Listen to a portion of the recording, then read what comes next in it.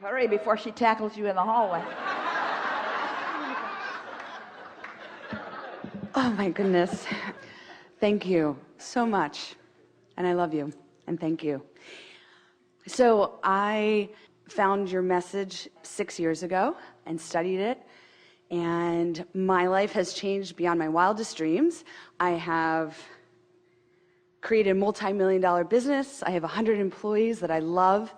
And I have a beautiful family, and I'm getting to know what I want in a relationship more and more and more, and I'm really excited for that relationship to come. And so everything is amazing. And then there's this little tiny thought that comes up, and it's like, yeah, well, let's activate it, especially if it's troubling. Oh no. Especially if it's a hindering thought. Let's bring it out into the light, and let's make it bigger. I know, I feel silly just even bringing it up. Then why would you? Why would you? If you want something to dissipate, don't talk about it. Okay. If you want something to dissipate, don't discuss it. Don't bring it up. Don't think about it. Okay. Is this hard? Conceptually, it is so easy. But why is it difficult? Because the thought has momentum, because you keep thinking about it. So, Abraham, the thought has momentum, so I can't stop thinking about it, but I've got to stop thinking about it in order to stop the momentum. Abraham, I can't stop thinking about it because it has momentum, and the reason it has momentum is because I keep thinking about it. Is there a way out of this? And we say, think about other things, or think about that in more general terms. And we would do both. In other words, we'd think about everything else. We'd think about all the things that are going well. We just think about it. If your point of attraction is about what's vibrationally active in you, and you've got 10 subjects that you can think about that all feel good and one that doesn't, isn't it logical that if you just think about the 10 that feel good, that in time the one that doesn't would get crowded out? That's good. Just keep making lists of positive aspects. If it has momentum, I can't stop thinking about it because law of attraction keeps delivering thoughts about it to me and evidence of it to me. So how do I soften it? And we say by stepping back into a less wobbly place about it, which means less specific, more general. So tell us the most general version of it that you can, which means the emotional version of it. The most general version is of that bad thought? Yes. And it is the emotional version. So in an emotional word or two, tell us about this subject from an emotional version. With emotional. So sometimes I Wait, too many words already. Oh. Okay. We just want you to break it down into one or maybe two emotional words that tell us about whatever this subject is. I get scared. Fear. All right, so that's really good. So fear is the indicator of the vibration that I've got going on. So are you afraid of everything? No. Are you afraid of most things? Some, not most. Is there very much really to be afraid of? Not too much. Do you stand in pretty much a stable place?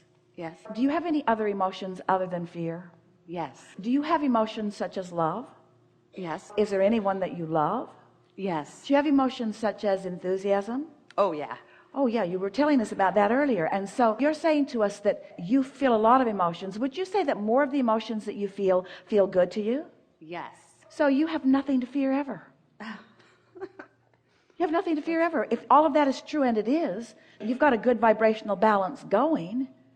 We want to say to you that anyone and everyone could be reduced to fear because someone could get you fixated on something and cause you to focus long enough that you would lose your alignment. But it doesn't mean because that's valid. It only means that you have temporarily focused yourself out of alignment with the energy that gives you the other emotions that feel better. Doesn't that make perfect sense to you? Oh, blessed fear. I love this feeling of fear because this feeling in my belly is my indication of whether I'm a master of the energy right now. Often I'm a master of the energy because I feel elation, I feel clarity, I feel vitality, I feel enthusiasm. And sometimes not such a master of the energy like now, but I am often a master of the energy. That's all it is. All that fear is an indication of what you're doing with the energy. It doesn't have any attachment to anything else. really going to like this. We've never said it before. It's the most brilliant thing that you've ever heard about this. It's going to bring so many things into clarity for so many of you. So do you get it that in the early stages of something there is less momentum? And is it logical to you, knowing what you know about law of attraction, that the more momentum there is, then the greater detail and the greater manifestation power? Would you say that the physical flesh, blood and bone, physical knock on wood world that you live in, that it is the detailed, more faster moving energy that's out here on the leading edge? It's manifested, it's the momentum. Would you say that there's an emotion, and that the emotion is the early stage of the manifestation, and that the more that that emotion exists and the bigger the manifestation gets, that then there's a bigger manifestation that more can see? You following what we're getting at? It took a little while for Esther to spit that out, but you got it, didn't you? In other words, there's more speed and there's more manifestation once something's been going for a while, and the emotion is back here at the basis of it. Let's say that you've got some great big wonderful thing, and back at the beginning of it is an emotion that feels really good. Let's say you've got some great big not very good feeling thing, and at the very beginning of it is emotion that doesn't feel very good. What we're saying to you is, if you can take that bad feeling emotion back to the basis, which means talk about the emotion, not about the manifestations, not about the details, focus on the emotion, you can shift the emotion from one of fear to one of feeling good really, really easily, and then the manifestations must adjust themselves. And if you don't do that, if you're doing what our friend was doing a little bit earlier, if you're trying to weigh the pros and the cons and you're dancing all around it, and you're trying to explain things and you're trying to figure out how you got here and trying to blame others for being here or blame yourself for being here, then you just keep yourself out there where you have no power. You got to get back to that vibrational center. Doesn't that make perfect sense to you?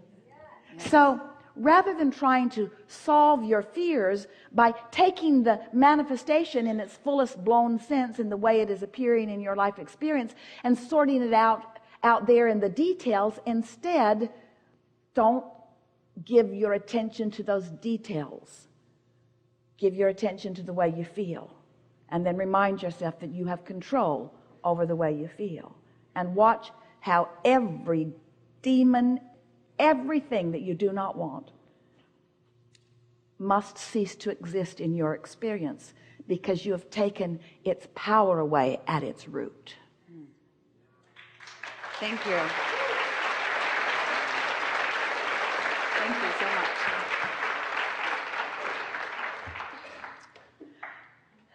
Every conversation seems more important than the one before, doesn't it? Can you feel what's happening? Can you feel how clear you are and what you are coming to know? Can you feel your own empowerment?